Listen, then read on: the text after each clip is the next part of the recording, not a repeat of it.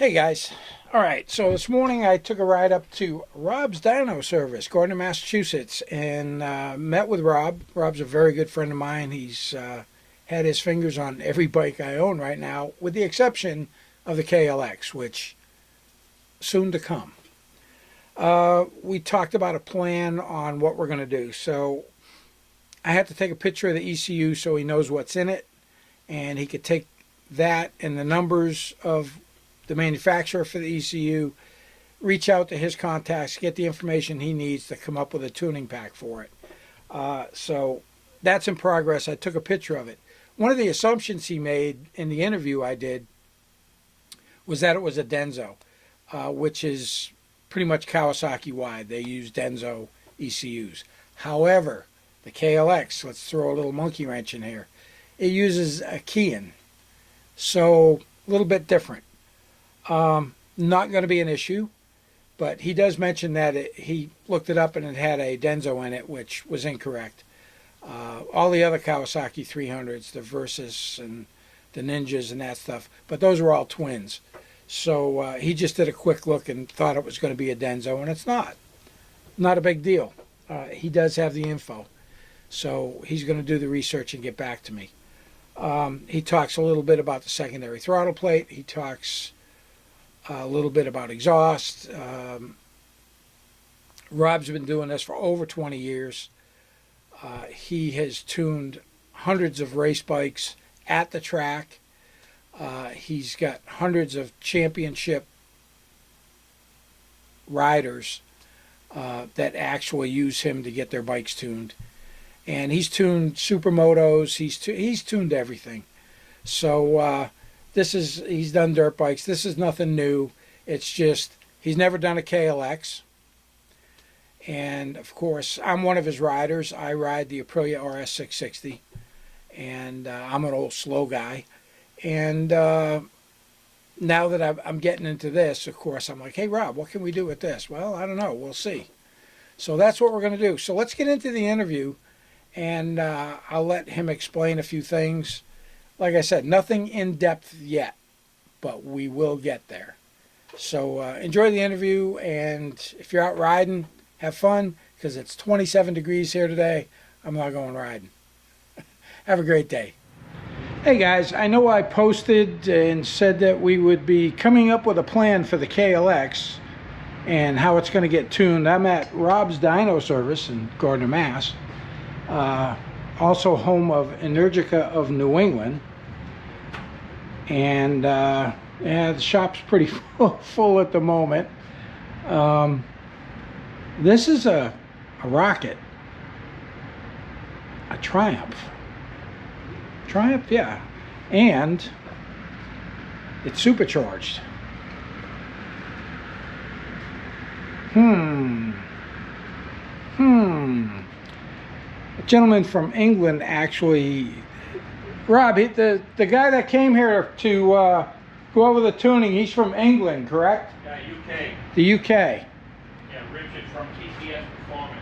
TTS Performance in the UK came over, and they spent a bunch of time tuning on this.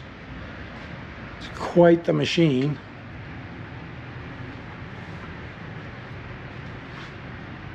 Wow. Can only imagine. It's an Energica getting a, looks like a battery update of some type.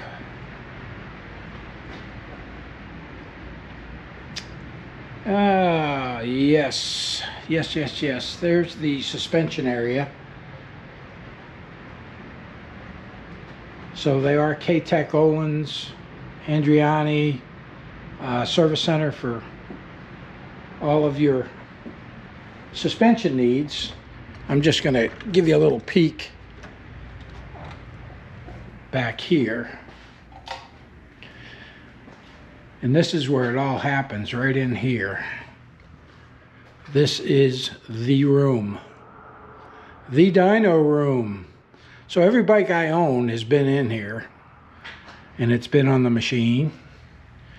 So we're going to talk a little bit about the plan for the KLX. I know there's a lot of naysayers on Facebook. However, The naysayers on Facebook may be in for a surprise. And this is Mr. Rob Swartz, owner of Rob's Dyno Service.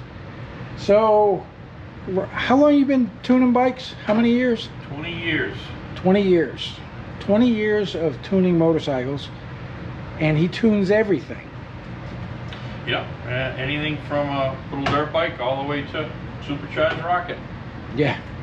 So he did my 07 Harley, my 18 Harley. We've had the Aprilia on the dyno. And yes, we can tune that too. Yeah. And we haven't done that yet because when I brought it up here last time, there was an issue with a clutch switch that I broke, if you remember correctly. Oh yes, and we've since fixed that. Yes, we have.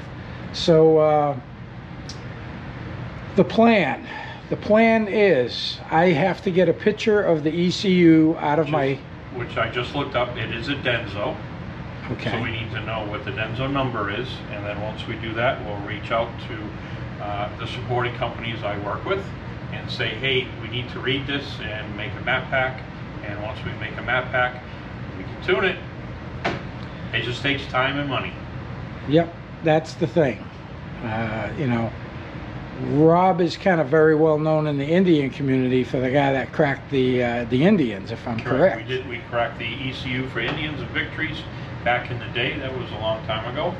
We also done many Yamahas as well. Suzuki's got known for. So this Kawasaki, it's a regular Denso ECU, so I'm not too worried about it. It just takes time and money to crack it. And you know, Rob used to go out to New Hampshire Motor Speedway for the motorcycle races with a portable dyno back in the day. Did that over 15 years. And tuned a lot of race bikes. So a lot of championships under my belt with the riders, and still have riders that ride for me, and championships every year. I'm just one of the old slow guys that rides for him. Yeah, okay, slow my ass. But anyway, so the plan is to get him the information off the ECU, and then he will do the research needed to reach out to his contacts and be able to crack that. And yeah, and like I said, I believe 100% the only way to get a good tune on a motorcycle is on a dyno. And through the ECU. And through the ECU. Using fuel controllers, all you're doing is manipulating input and output signals. Doesn't give you the best results. Where you can rewrite the ECU, gives you the best results, and it opens up the entire thing, just like the factory. If the factory can write it, it can be written outside. It just takes time and money.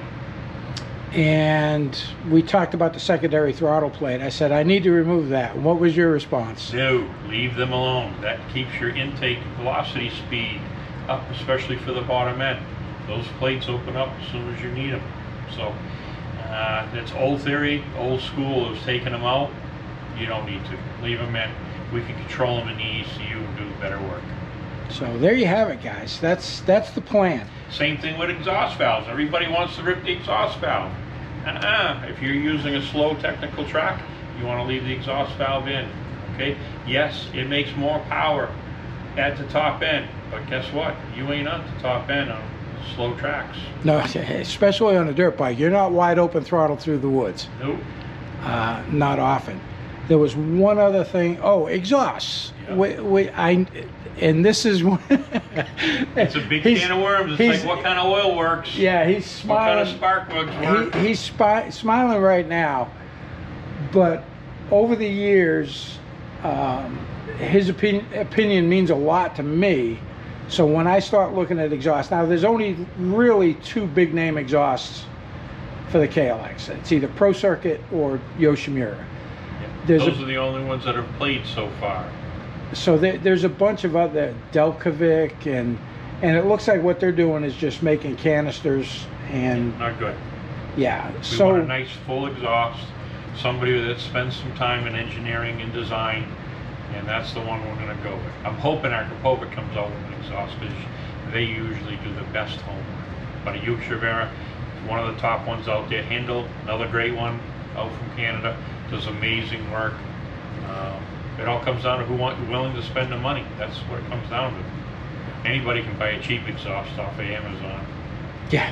or Yeah. eBay, Yeah. some And China junk. I think a lot of people came out with the exhausts just because the big companies were kind of slow to catch up. Correct. And that's It's why always there's so the many case. of them. Everybody jumps on the bandwagon first, and it's usually the first ones are not the best. Yeah. All right. So, that being said, stay tuned. I'll bring you more videos, and I'll bring you videos when we get the bike here and get it tuned. Oh, we to get a where- dyno baseline at first. Yep. Yeah, we'll do a dyno baseline. We'll throw the pipe on. He'll play around with the ECU. And hey, I'll get back to you with the results. So, hey, have yourself a great day.